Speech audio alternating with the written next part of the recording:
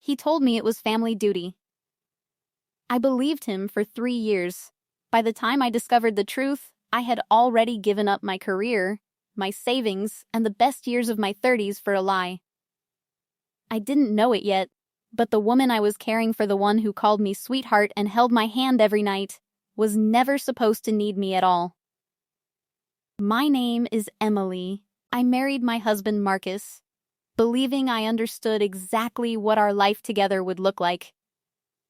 What I didn't understand was that Marcus's mother, Diane, had a fortune hidden behind her modest little house, and that fortune came with conditions written in fine print I never saw coming. It started so simply. Diane had a stroke 2 years into our marriage. Marcus came to me one evening, his eyes soft with worry. She needs someone with her, full time. I know it's a lot to ask. But she's my mother. It's family duty. I quit my job the following month. I moved into Diane's guest room. I learned to manage her medications, her physical therapy, her difficult days when she didn't remember my name. I told myself this was love, the quiet, unglamorous kind that doesn't make it into movies. I told myself Marcus was grateful, even when his visits grew shorter, even when his phone calls to me grew colder.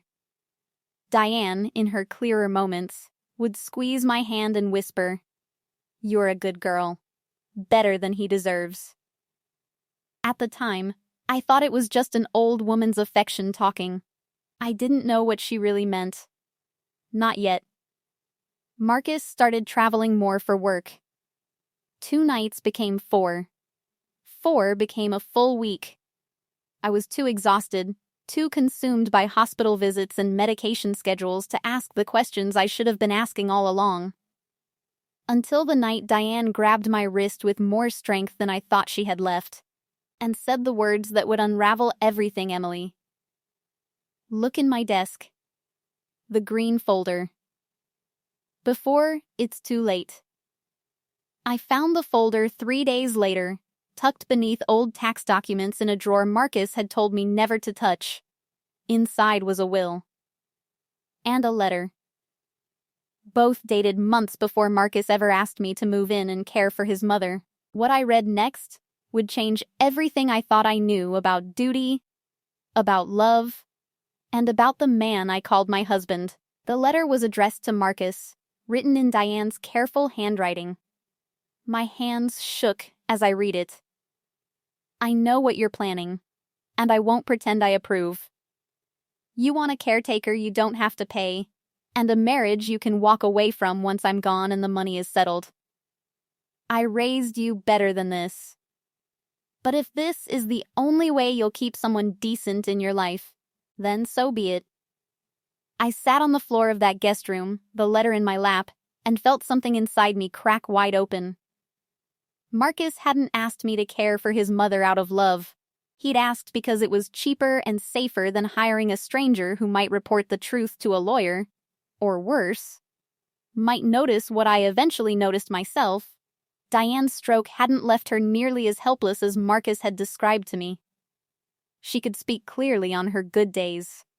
She could walk with a cane, slowly but surely. Marcus had exaggerated her condition to keep me tethered to that house, unpaid, unquestioning, and too exhausted to look too closely at our marriage. The will confirmed the rest. Diane's estate, worth far more than either of us had let on to the outside world, was set to pass entirely to Marcus upon her death. With one condition buried in the legal language: he had to remain married and appear devoted, for the inheritance to fully vest without a lengthy contest from distant relatives who'd already threatened to challenge it. I wasn't his wife. I was his insurance policy. I confronted him that same night, the letter trembling in my hands. He didn't deny it. He didn't even look ashamed.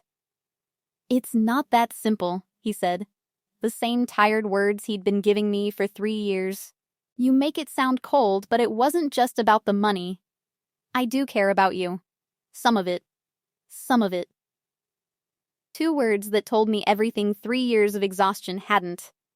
But What I didn't know that night was that Diane had already been planning something of her own, something that would change the ending of this story entirely. I didn't scream at Marcus. I didn't need to.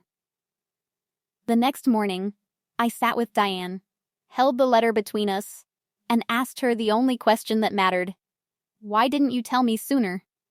She squeezed my hand, tears in her eyes. Because I needed to see if you would stay for the right reasons, not for him, not for the money, but because you're simply a good person. And you did, sweetheart. Every single day. Diane had quietly changed her will 2 weeks earlier, without telling Marcus. The estate, the house, the savings, the investments he'd been counting on now, belonged directly to me, with a small trust remaining for Marcus's basic needs, and nothing more. You earned this, she told me. He never did. When Marcus found out, he showed up at the house one final time, pleading, promising things would be different, that he'd make it right. I looked at the man I had given 3 years of my life to and felt, for the first time in a long while, completely calm. You already made your choice, I told him. This is mine. I filed for divorce that spring.